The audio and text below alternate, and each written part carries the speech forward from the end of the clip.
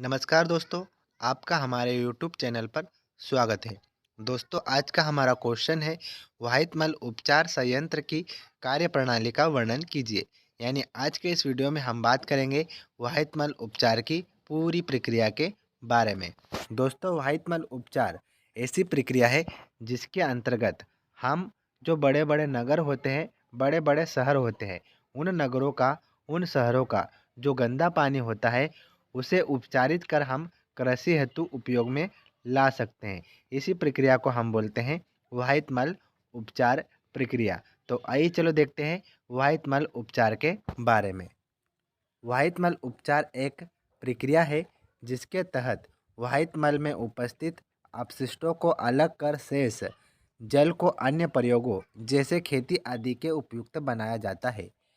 इस कार्य में भौतिक, रासायनिक तथा जैविक विधियों का प्रयोग कर सीवेज जल को पर्यावरण के हिसाब से सुरक्षित बनाया जाता है। वाहित मल उपचार निम्नलिखित चरणों में संपन्न होता है।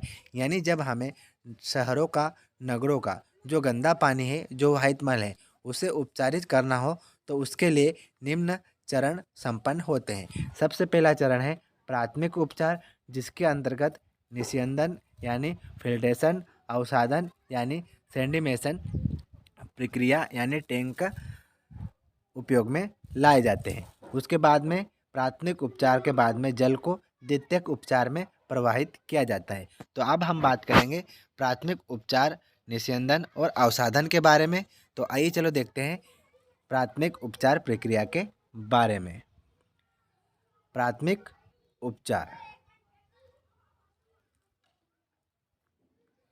यह शुद्ध रूप से भौतिक प्रक्रिया है जिसमें वाहित मल से बड़े छोटे कण निस्यंदन तथा अवसादन द्वारा अलग किए जाते हैं।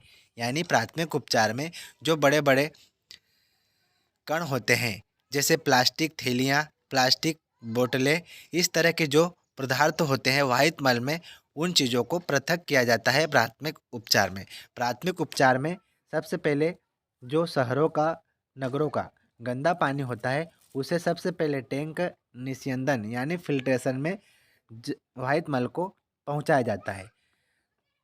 प्रारंभ में वाहित मल में उपस्थित कूड़े करकट को अनुक्रमिक निस्यंदन द्वारा हटा लिया जाता है।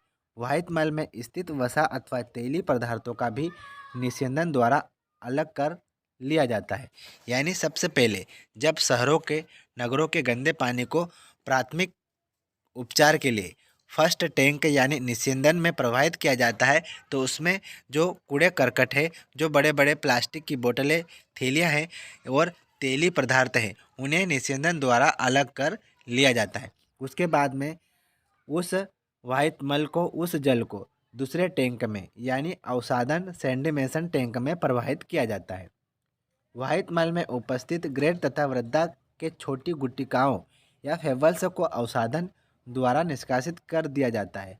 प्राथमिक उपचार मुख्य रूप से भौतिक प्रक्रिया है। इसके बाद जल द्वितीयक उपचार के लिए प्रवेश हो जाता है। यानी निस्यंदन टैंक से फिर जल कहाँ चला जाता है? अवसादन टैंक में। वहाँ से भी जो बड़े बड़े कंकर पत्थर है, उन चीज़ों को पृथक किया जाता है, अलग किया जाता है और फिर जल को द्वितीयक उपचार के लिए टैंक नंबर तीसरे में प्रवाहित किया जाता है। अब हम बात करेंगे द्वितीयक उपचार के बारे में। द्वितीयक उपचार यह एक जैविक उपचार प्रक्रिया है जिसमें वाहित मल में घुलित एवं निलंबित जैविक पदार्थों का अपघटन किया जाता है। इस प्रक्रिया में वाहित मल में पाए जाने वाले वायवीय जीवाणु की मदद ली जाती है। इसके लिए वायु टैंक जल को एलेटर की सहायता से लगातार हिलाया जाता है।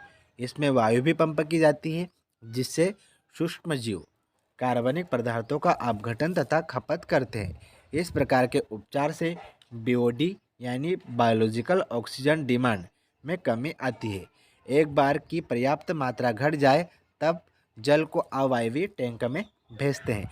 यानी दोस्तों, द्वितीयक उपचार प्रणाली में क्या होता है कि जो अवसादन के बाद में जो वाहित मल है उसे टैंक नंबर तीसरे में प्रवाहित किया जाता है। वहाँ उसे वायवीय प्रक्रिया द्वारा जीवाणु की वृद्धि करवाई जाती है। जिससे उसमें बीओडी की मात्रा में कमी आती है।